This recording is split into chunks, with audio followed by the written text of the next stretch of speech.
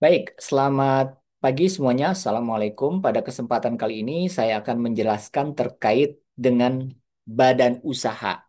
Nah, ini merupakan salah satu bab dari ekonomi, ya.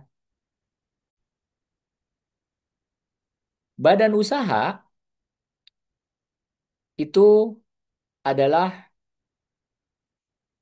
kesatuan hukum, ya, atau organisasi yang dibentuk oleh orang atau kelompok untuk melakukan kegiatan produksi barang atau jasa.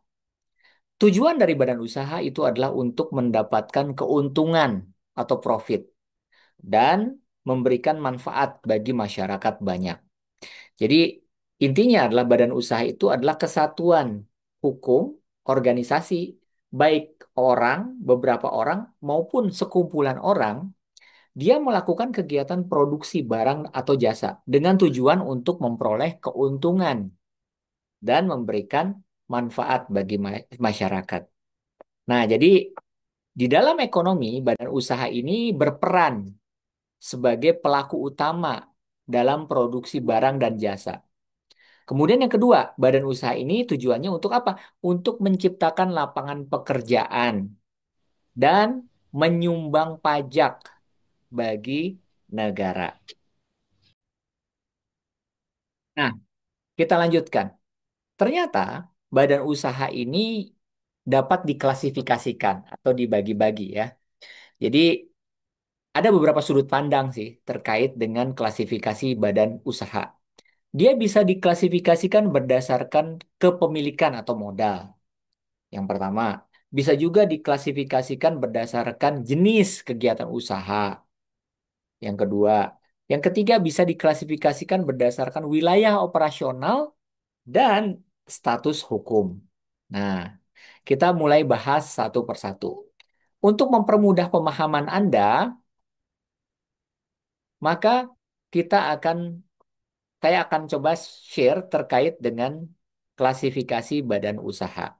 Nah, Anda bisa lihat di dalam bagan, ya. Jadi kalau di sini saya mengklasifikasikan badan usaha itu menjadi tiga, milik swasta, milik negara, atau koperasi, ya. Baik, yang pertama ada yang disebut sebagai badan usaha milik negara atau kita singkat menjadi BUMN, ya, Badan Usaha Milik Negara. Mungkin Anda sering dengar. Nah, modalnya ini dimiliki oleh negara, minimal 51% modalnya itu dari pemerintah. Nah, tujuannya untuk apa nih BUMN ini? Untuk memberikan pelayanan kepada masyarakat sekaligus memperoleh keuntungan untuk negara sehingga bisa digunakan sepenuhnya oleh kemampuan masyarakat, ya. Contohnya apa? PT Pertamina, Persero, ya, dari sisi energi nih. Pertamina itu BUMN tuh, Badan Usaha Milik Negara. Jadi modalnya banyak dimiliki oleh negara. Mestinya dia berfungsi untuk memberikan penyediaan bahan bakar kepada masyarakat sehingga memudahkan masyarakat untuk menjalankan roda perekonomiannya, mensejahterakan mestinya, ya. Kemudian yang kedua itu PLN, perusahaan listrik negara, ya, menyediakan listrik untuk negara. Dan apa yang sering Anda pakai? KAI, PT Kereta Api Indonesia, Transportasi. Nah, itu adalah badan usaha milik negara. Jadi contoh dari sisi transportasi. Apalagi Garuda Indonesia, itu BUMN, ya. PT Pelni, ya, perkapalan. Nah, itu juga BUMN, badan usaha milik negara. Nah, BUMN ini itu secara bentuk itu ada dua. Yang pertama bentuknya Perum, perusahaan umum. Ya, contohnya adalah Bulog, ya, badan usaha logistik yang bertugas untuk menjaga ketersediaan beras, misalkan, menjaga ketersediaan gula di masyarakat. Ini Bulog. Kemudian yang kedua, perusahaan Persero, ya, mengejar keuntungan. Ya, contohnya dia Persero itu mengejar keuntungan, contohnya adalah Pertamina. Nah, jadi ini badan usaha milik negara. Tetapi ada juga yang lain, yaitu badan usaha milik daerah. Nah, badan usaha milik negara ini, nah, contohnya di sini, perusahaan daerah, ya. Nah, jadi ini sebenarnya milik negara juga kategorinya. Nah, BUMD ini biasanya dimiliki oleh Pemda, pemerintah daerah. Contohnya atau Bank Jabar dimiliki oleh Pemda Jabar, ya. Bank DKI dimiliki oleh Pemda DKI. Nah, tujuannya untuk apa? Untuk meningkatkan pendapatan asli daerah dan pelayanan publik lokal di daerah masing-masing. Ya, contohnya apa? PDAM, Perusahaan Daerah Air Minum, ya, Bank Pembangunan Daerah. Nah, ini milik daerah. Mestinya perusahaan-perusahaan ini memang berfungsi untuk mensejahterakan masyarakat di daerahnya, bahkan untuk mensejahterakan apa memberikan pelayanan kepada masyarakat yang ada di daerah tersebut. Nah, jadi fungsinya sangat vital, ya. Jangan sampai perusahaan daerah ini malah mengalami kerugian, ya, karena dikorupsi oleh pihak-pihak tertentu.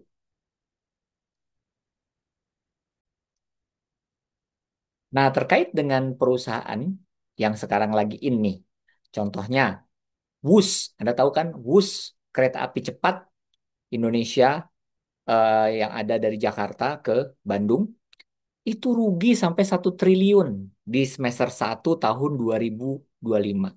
Nah, kerugian ini akan membebani keuangan dari PT Kereta Api Indonesia. Mestinya KAI itu untung, ya. Tetapi gara-gara ada proyek kereta api cepat WUS, itu KAI rugi sampai 1 triliun, ya. Nah, ini dapat membebani keuangan PT Kereta Api Indonesia Persero atau KAI. Nah, kerugian ini diketahui dari laporan keuangan konsolidasi per Juni tahun 2025 tuh. Angka kerugian muncul dari kepemilikan saham mayoritas KAI di konsorsium pengelola WUS, yaitu PT Pilar Sinergi BUMN Indonesia.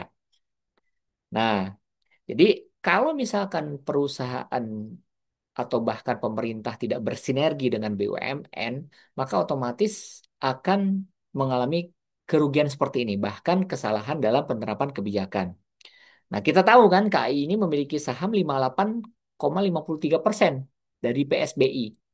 Nah, nilai kerugian PSBI yang dikontribusikan ke AI itu 51,48 miliar per Juni tahun 2025. Nah, sehingga diharapkan nih, jangan sampai ada proyek-proyek seperti ini yang justru membebani badan usaha milik negara. Ini yang contoh kasus yang sekarang lagi nih, terkait dengan badan usaha milik negara. Baik, kita lanjutkan. Di samping badan usaha milik negara, itu ada juga yang namanya milik swasta. Nah, badan usaha milik swasta ini ada dua nih. Ada milik perorangan, ada juga milik grup. Nah, beda ya milik swasta ini. Jadi badan usaha milik swasta ini modalnya itu dimiliki oleh pihak swasta atau bahkan perorangan, ya. Nah, tujuan utamanya jelas mendapatkan keuntungan. Ya, contohnya apa? Mungkin yang Anda kenal Indomie ya. Jadi ada PT Indofood Sukses Makmur terbuka. Nah, itu badan milik swasta. Apalagi PT Astra Internasional. Ya, mungkin Anda suka lihat Toyota, Honda, ya, baik motor maupun kendaraan roda 4 di Indonesia itu diproduksi oleh PT Astra Internasional. Itu adalah badan usaha milik swasta. Eh, ada juga yang UMKM, usaha kecil menengah. Nah, ini juga milik perorangan. Ini masuk kategori swasta, ya. Kemudian swasta ini saya kategorikan menjadi dua, ya. Ada milik perorangan, ada milik grup. Nah, kalau milik grup ini contohnya bisa dalam bentuk firma, CV, dan PT. Ya, ada firma, CV, dan PT.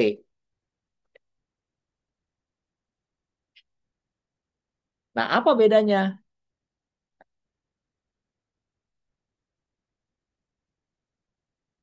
Saya akan jelaskan beda antara firma, CV, dan PT. Jadi kalau firma itu disingkat menjadi FA gitu kadang-kadang. Ini adalah badan usaha yang didirikan oleh dua orang atau lebih. Jadi dia bekerja sama menjalankan usaha dengan tanggung jawab yang tidak terbatas dan semua sekutu aktif dalam pengelolaan, ya. Nah, cuman masalahnya kalau terjadi sesuatu yang tidak diinginkan dan mengalami kerugian, maka milik pribadi itu bisa disita kalau Anda bentuknya adalah firma. Kemudian yang kedua ada CV yang namanya. CV itu singkatan dari Kommanditair Vennootschap CV. Jadi ini adalah badan usaha persekutuan komanditer yang terdiri dari sekutu aktif, sekutu ya. Jadi mengelola usaha. Kemudian ada juga sekutu pasif, yaitu penyandang dana. Ya, jadi aktif itu dia memang harian di situ. Dia mengelola usaha itu. Ya, misalkan usaha bangunan. Ya, dia ada orang yang setiap hari di situ. Yang, nah ini namanya adalah sekutu aktif. Tapi ada juga sekutu pasif. Dia tidak datang harian, tetapi dia penyuntik modal, ya dana. Perusahaan itu butuh mobil, kendaraan operasional. Nah, dia suntikan ya, sekutu pasif nih, penyandang dana. Nah, ini berbadan hukum. Kemudian ada juga yang disebut dengan PT, ya, singkatan dari perseroan terbatas. Nah, badan usaha ini berbadan hukum. Modalnya terbagi dalam saham. Pemiliknya disebut sebagai pemegang saham, ya. Dan tanggung jawab mereka terbatas pada jumlah saham yang dimiliki. Makanya disebut sebagai perseroan terbatas. Nah, kalau misalkan Anda banding-bandingkan, apa bedanya, Pak? Status hukumnya antara firma, CV, dan PT. Pokoknya kalau eh, terdiri, kalau dari sisi pendirinya ya, kalau misalkan Anda ingin mendirikan firma, dua orang aja cukup itu, ya, dua orang sekutu aktif. Tetapi kalau misalkan Anda ingin mendirikan CV, minimal dua orang sekutu aktif dan ada sekutu pasif. Jadi aktif itu berarti yang tiap hari day to day ngejalanin usahamu. Ya, tetapi sekutu pasif dia nggak datang setiap hari, tetapi dia menyuntik dana. Ya, kemudian dari sisi modal nih, kalau misalkan firma dari sekutu yang bergabung, kemudian kalau CV dari sekutu aktif dan pasif gitu ya tadi. Kalau misalkan PT dari pemegang saham terbagi dalam bentuk saham gitu. Nah, itu perseroan terbatas. Nah, kepemilikan. Kalau firma gimana? Kayak kepemilikan itu dia dia tidak berbagi saham, ya. Kepemilikan pribadi bisa. Kemudian kalau CV sama, tapi kalau PT dia kepemilikannya itu berbagi saham. Jadi siapa yang naruh uangnya paling banyak dia memiliki saham dan berhak untuk mendapatkan keuntungan terbesar di akhir tahun. Itu kalau save PT. Tapi ingat juga kalau misalkan rugi berarti dia untungnya rugi terbesar. Ingat perusahaan itu tidak selamanya untung, pasti ada rugi, gitu kan. Nah, ini terkait nih. Contohnya kalau firma itu apa contohnya Pak Fajar? Kalau firma itu contohnya adalah firma hukum, ya, kantor pengacara, kantor pejabat pembuat akte tanah, firma itu biasanya. Kalau CV, misalkan Anda sering tuh kan dengar CV sumber rezeki, ya. Kalau perusahaan, kalau PT, PT Infood, PT Pertamina, PT Telkom, nah itu yang lebih besar. Nah, itu antara perbedaan antara PT, CV, dan firma. Ini yang disebut sebagai perusahaan swasta, ya. Kemudian di Bagan Anda melihat ada lagi tuh satu lagi eh, yang namanya sebentar koperasi. Nah, jadi koperasi. Di sini ada koperasi umum, ada KUD, ada koperasi sekolah, ya. Nah, eh,